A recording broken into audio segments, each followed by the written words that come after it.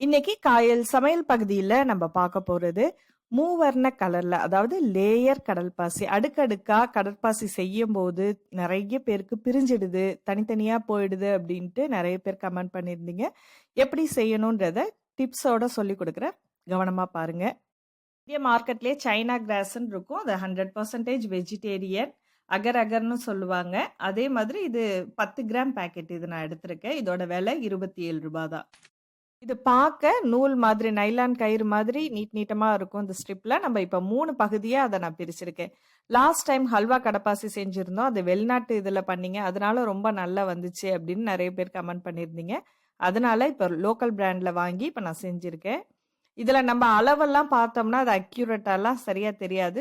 நான் வந்து இத 3 வந்து இப்ப தனியா, அதாவது 3 கப்ல தனித்தனியா பிரிச்சு அதுக்கு ஒவ்வொரு கப் அளவுக்கு தண்ணி விட்டு ஊற வச்சிருக்கேன். நம்ம நார்மல் கடப்பாசி, அதாவது வெளிநாட்டு கடப்பாசினா கொஞ்சம் சீக்கிரம் ஊறிடும் அல்லது பவுடர் போட்டுடலாம். இது வந்து எப்படியும் குறைஞ்சது ஒரு 30 நிமிஷமாவது அது ஊறணும். ஊறினதுக்கு அப்புறம் நம்ம இதை வந்து நல்ல காய்ச்சணும் அடுப்புல வச்சு. அது வந்து கரையணும். அந்த நைலான் ரிப்பன் மாதிரி இருக்கு பாருங்க, அந்த இது ஃபுல்லா கரைஞ்சிருச்சுன்னா நமக்கு அதுதான் ருசியா இருக்கும். ஆனா இந்த கடப்பாசிக்கு லேட் ஆகும்.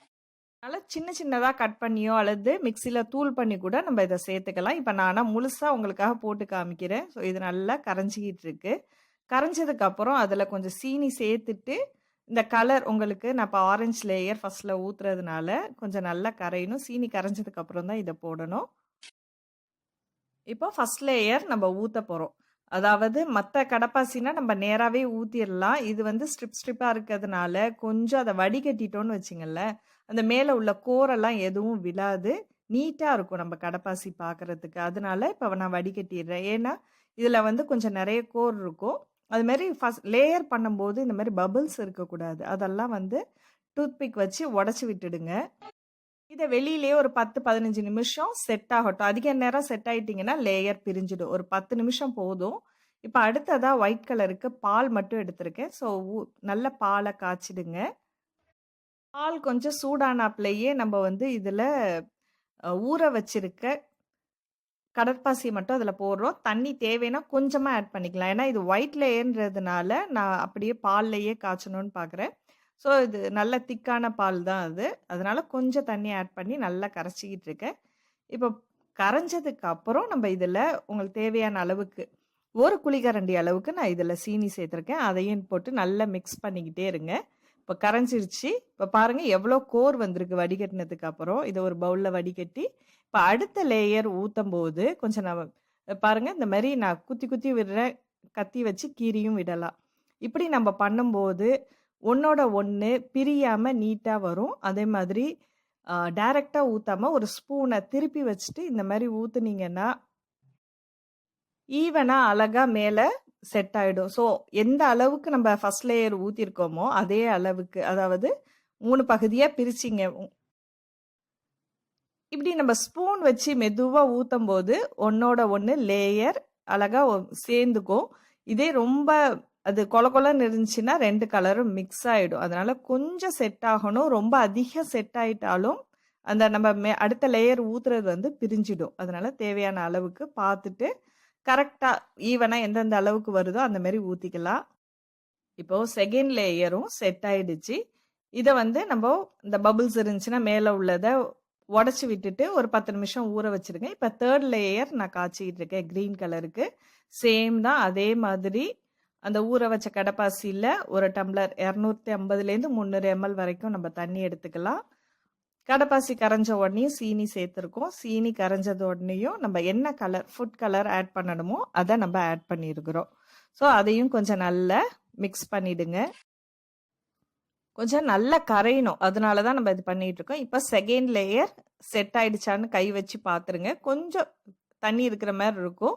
ஸோ அந்த ஸ்டேஜில் நம்ம டைரக்டா ஊத்தாம இந்த மாதிரி ஒரு டூத் பிக்கோ அல்லது கத்தியை வச்சோ இந்த மாதிரி கீறி விட்டுட்டீங்கன்னா அது வந்து செட் ஆகிறது ஈஸியாக இருக்கும். ஸோ ஒவ்வொரு லேயர் நீங்கள் எத்தனை லேயர் போட்டாலும் இந்த மாதிரி ஒவ்வொரு லேயருக்கு நடுவில் இந்த மாதிரி நடுவில் கீத்து விட்டுருங்க. ரொம்ப அடி வரைக்கும் அந்த கீத்தலும் போகக்கூடாது. ஜஸ்ட்டு கொஞ்சம் ஓரளவு இதுக்கும் அதுக்கும் கனெக்ஷன் இருக்கிற மாதிரி பார்த்து நீங்கள் லேயர் கீறி விட்டுடுங்க. ஸோ அதே ப்ரொசீஜர் தான். ஸ்பூனை நம்ம திருப்பி வச்சு நம்ம எவ்வளோ தேவையோ அந்த அளவுக்கு அந்த கலரை அடுத்த லேயரை இதில் ஊற்றி திரும்பவும் செட்டாக விட்டுடணும். இப்போ நான் எதுக்காக இது தலைகீழ வச்சிருக்கேன்னா, நம்ம திருப்பும்போது கலர் வந்து கரெக்டா இருக்கும். நான் அத டர்ன் பண்றதுனால, நான் இந்த கலர்ல ஆரஞ்சு, ஒயிட், கிரீன் அப்படின்னு போட்டிருக்கிறேன். இந்த மாரி டிரான்ஸ்பரண்டா இருக்கு, நாங்க அப்படியே சாப்பிட்டுருவோம் அப்படின்னு நெனச்சீங்கன்னா, ஃபர்ஸ்ட்டு கிரீனு, ஒயிட்டு, ஆரஞ்சு அந்த மாதிரி மிக்ஸ் பண்ணி வச்சுக்கங்க. இப்போ இது நல்லா செட் ஆயிடுச்சு. ஒரு 4 ஆர் 5 ஹார்ஸ் அப்படியே ஃப்ரிட்ஜில வச்சுருங்க. நல்லா செட் ஆயிடுச்சு இப்போ. இப்ப பாருங்க எல்லா பக்கமும் நல்லாவே செட் ஆயிடுச்சு.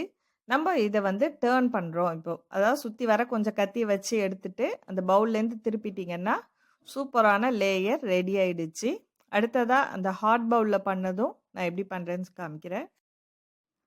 பவுல்ல இந்த கத்தி வச்சு பண்ணும்போது கொஞ்சம் கவனமா பண்ணணும். அதாவது கத்திய ஒரே இடத்துல வச்சுட்டு இப்படி பவுல்ல இப்படி திருப்பிட்டு இருக்கும்போது ஈவனா கட் ஆகும். கொஞ்சம் பொறுமையா பண்ணோம்னா, அந்த எதுவுமே ஓரத்துல வந்து கட் ஆகாம நீட்டா வந்துச்சுன்னா ரொம்ப அழகா இருக்கும். இப்ப அத ஒரு தட்ட மேல வச்சு அப்படியே திருப்பிடுங்க. இப்ப திருப்புனதுக்கு அப்புறம் இது எடுத்துட்டீங்கன்னா, சூப்பரா லேயர் கடற்பாசி ரெடி ஆயிடுச்சு. உங்களுக்கு ஆர்ட்டிஃபிஷியல் கலர் பிடிக்கலன்னா, நீங்க ஆரஞ்ச் ஜூஸ் அந்த மாதிரி உள்ள ஃப்ளேவர்ல நம்ம எடுத்து அந்த மாரி யூஸ் பண்ணிக்கலாம்.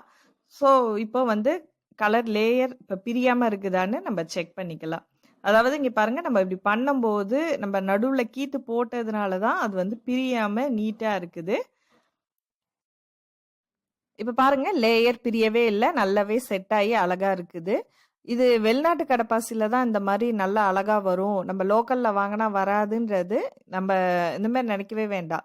ஏன்னா, அத நல்லா காய்ச்சிட்டு வடிகட்டிட்டீங்கன்னா, இந்த மாரி சூப்பரா கிளியரா செட் ஆயிடும். நீட்டாவும் இருக்கும். இனி எல்லா வகையான கடப்பாசிலயும் நீங்க செஞ்சு பார்க்கலாம். லேயர் எத்தன லேயர் வேணாலும் இதே மெத்தட்ல நீங்க பண்ணுங்க. ரொம்ப அழகா வரும். பார்க்கறதுக்கும் ரொம்ப அழகா இருக்கும். இந்த வீடியோ உங்களுக்கு பிடிச்சிருந்துச்சுன்னா, மறக்காம லைக் பட்டன் பிரஸ் பண்ணுங்க. காயல் சமையல் பகுதி உங்களுக்கு பிடிச்சிருந்துச்சுன்னா, சப்ஸ்கிரைப் பண்ணிட்டு உங்க நண்பர்களுக்கு ஷேர் பண்ணுங்க. நன்றி.